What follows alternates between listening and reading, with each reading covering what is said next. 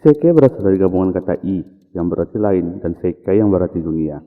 Umumnya, cerita dalam genre isekai dimulai ketika sang tokoh utama mengalami suatu insiden yang tidak terduga, lalu kemudian terlempar ke dunia lain. Tentu saja, selain dari ditabrak truk atau keluar dari Indomaret, seharusnya masih banyak cara lain yang lebih masuk akal.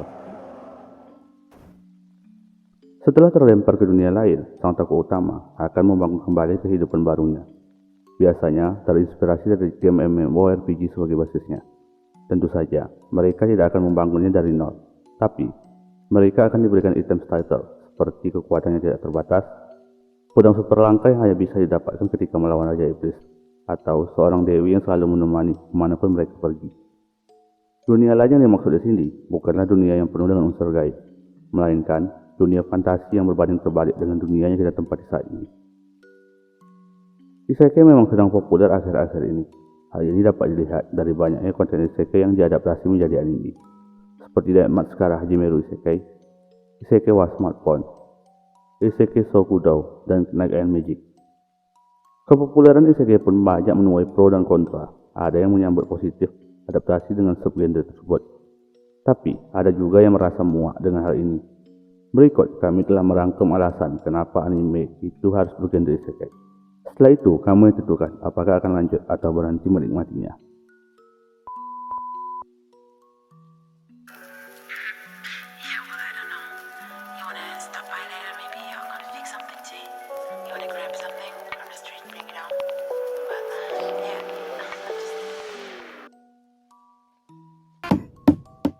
Isekai memang konsep yang baru populer belakangan ini. Namun, konsep isekai sendiri bukanlah hal yang baru. Jika kita lihat kembali pada awal tahun 2000-an, anime seperti Inuyasha dan Digimon bisa dibilang sudah menggunakan konsep isekai, di mana karakternya terlempar ke dunia lain. Jika kita telusuri lebih jauh lagi, pada tahun 90-an, konsep isekai sudah digunakan, contohnya pada serial Fushigi Yushi yang berjalan dari tahun 1992 sampai 1996, di mana serial tersebut menceritakan seorang heroin yang terlempar ke sebuah buku yang berlatar pada negeri Tiongkok kuno. Setelah itu, beberapa anime isekai terus bermunculan dari waktu ke waktu, seperti Dadan Jam, Zero no Tsukaima, dan berbagai macam anime isekai populer tahun ini, seperti Sword Art Online, Konosuba, The Zero, Overlord. Jadi, sebenarnya isekai bukanlah konsep baru, melainkan konsep yang kembali populer.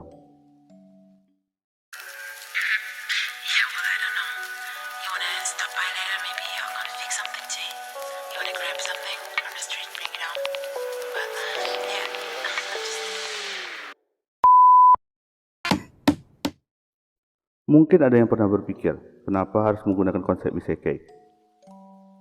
Bukankah bisa saja langsung menggunakan cerita yang berlatar pada dunia fantasi, tanpa harus menggunakan konsep isekai? Memang, hal tersebut memang dapat dilakukan, tapi ada beberapa faktor yang menyebabkan konsep isekai lebih disukai. Menggunakan konsep isekai dapat membuat world building pada sebuah cerita menjadi lebih mudah dan menarik. Jika menggunakan genre fantasi secara murni, maka pengarang harus benar-benar membuat dunia fantasi dari awal. Dan tentu saja, segala macam hukum fisika yang ada di dunia tersebut harus dijelaskan untuk memperlihatkan seberapa berbeda dunia tersebut dengan dunia nyata yang kita tempati saat ini. Dengan menggunakan konsep isekai, penulis dapat mempertemukan dua budaya yang berbeda, yaitu budaya dunia fantasi dan budaya dunia modern yang dibawa oleh karakter utama.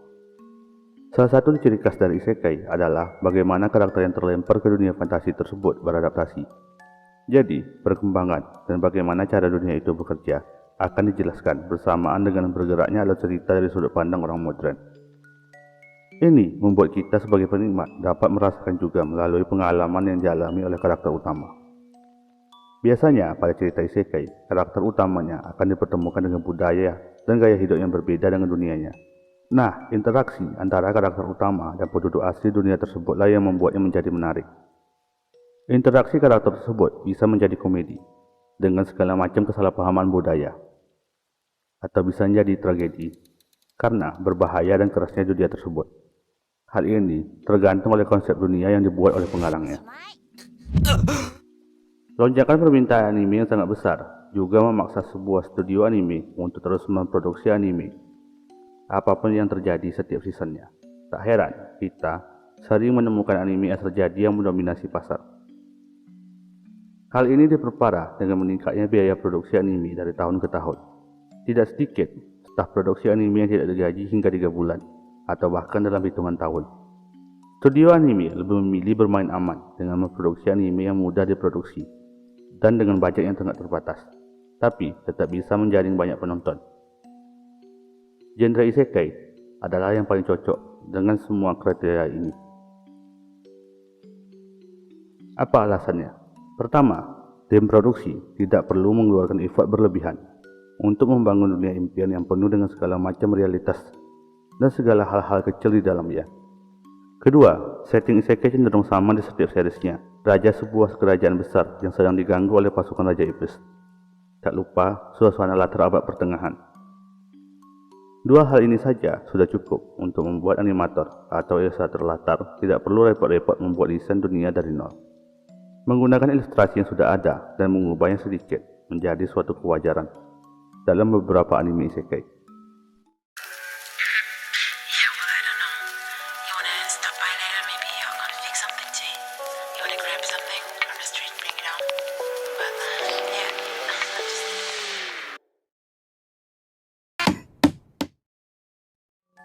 Unsur pemenuhan harapan adalah pembuatan cerita untuk memuaskan hasrat yang terpendam, dan hal tersebut merupakan sesuatu yang melekat pada isekai. Bagaimana tidak, biasanya karakter utama pada isekai merupakan seorang gamer, pengangguran, pecundang, atau orang yang biasa saja. Persamaan dari mereka semua adalah mereka adalah orang-orang yang kurang berkontribusi pada masyarakat, atau bahkan tidak sama sekali. Namun, setelah terlempar ke isekai, mereka menjadi orang yang penting dan spesial. Perbedaan signifikan tersebut bisa dibilang menggambarkan keinginan terpendam kita semua. Kesuksesan mereka di isekai biasanya karena sesuatu yang disebut sebagai cheat ability. Sebelum terlempar atau reinkarnasi, rata-rata karakter utama akan mendapatkan kekuatan khusus yang akan membuat mereka mendapatkan keuntungan lebih saat mereka berada di dunia lain. Contohnya seperti pada serial Isekai wa Smart Pot, di mana karakter utamanya mendapatkan kekuatan spesial, yaitu kekuatan sihir yang melebihi rata-rata dan seperangkat telepon pintar yang bisa dia bawa kemana-mana di dunia fantasi tersebut. Hal tersebut membuatnya memiliki kelebihan dari penghuni asli dunia tersebut, hingga membuat perjalanan menjadi lebih mudah. Selain menggunakan cheat ability, unsur pemenuhan harapan ini juga bisa dilakukan dengan membuat dunia yang mereka datangi menjadi dunia yang sangat sesuai dengan mereka. Seperti pada serial No Game No Life, di mana karakter utamanya yang merupakan seorang jenius, dan dunia yang mereka datangi merupakan dunia yang menyelesaikan segala sesuatunya dengan permainan, sehingga membuat dunia tersebut menjadi sangat cocok bagi mereka. Unsur pemenuhan harapan ini juga dapat dikatakan sebagai sesuatu yang menarik minat orang-orang yang mencari pelarian dari kenyataan atau kegiatan sehari-hari yang melelahkan. Hal ini juga dapat dilakukan dengan cara mengaitkan diri mereka sendiri dengan karakter dari anime isekai tersebut.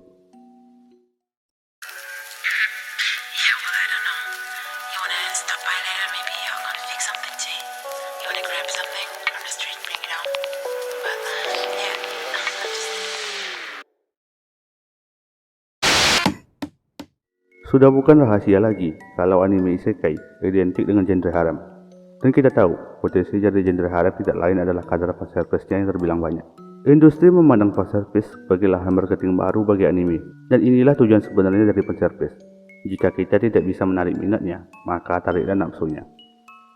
Bukan hanya nafsu bahari, fanservice lain berupa ASMR dari seiyu misalnya, membuat persaingan di industri anime menjadi lebih tidak sehat lagi. Studio lebih senang mengeluarkan uang untuk menyewa seiyu mahal daripada memperbaiki kualitas cerita atau animasinya. Beberapa judul isekai memang masih memberikan fasilitas dalam kadar wajar, tapi ada pula yang terkesan terlalu berlebihan, seperti terbang bersama Dewi yang pakaiannya terlepas karena kecepatan angin. Selain berlebihan, keadaan fasilitasnya tidak masuk akal dan disisipkan pada momen yang tidak sesuai.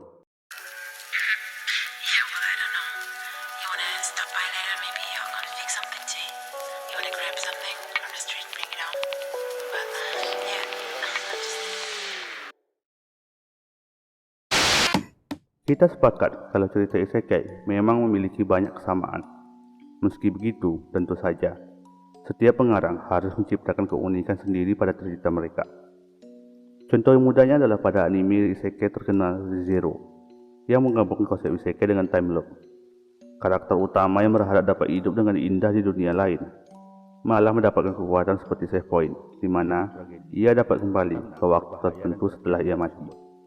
Ditambah dengan dunia tersebut ternyata lebih kejam daripada yang ia bayangkan, membuatnya mati berkali-kali dan terus mengulang beberapa kejadian yang bisa dibilang sangat menyakitkan. Contoh lainnya terlihat pada anime Konosuba yang dapat dibilang memparodikan subgenre isekai itu sendiri. Konosuba memang mengikuti konsep isekai yang umum, dimulai dari terlempar ke dunia lain, mendapatkan cheat ability dan gadis-gadis cantik sebagai kawannya.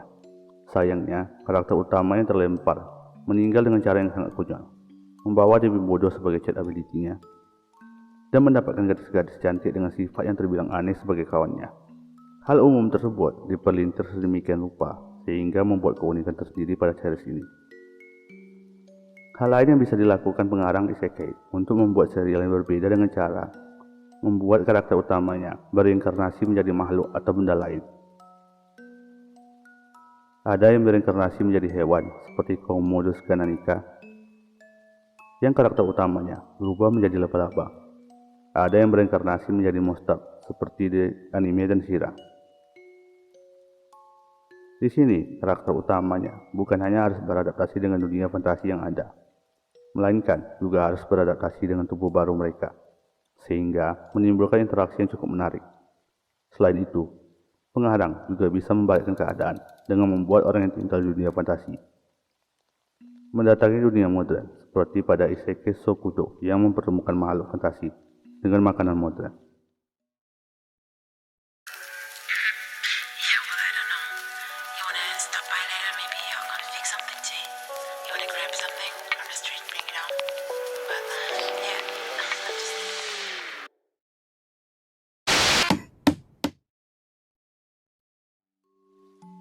Apakah ekspektasi anime yang dilakukan oleh studio anime dan manga masih wajar?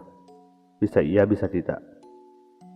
Seperti semua karya seni yang sudah dipasarkan lewat korporat, karya seni itu cenderung digunakan sebagai mesin uang bagi studio, tanpa memperdulikan aspek lainnya sebagai sebuah karya seni. Kami sudah menjabarkan alasan kenapa tema isekai mulai banyak digunakan belakangan ini. Cerita dengan konsep yang sama juga bukan berarti memiliki kekurangan yang sama juga. Semuanya masih tergantung bagaimana sang pengarang menyusun dan menyampaikan cerita tersebut.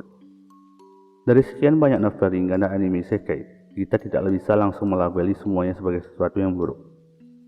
Jika kita mau menggali lebih dalam lagi, pasti akan mendapatkan cerita isekai yang cocok dengan selera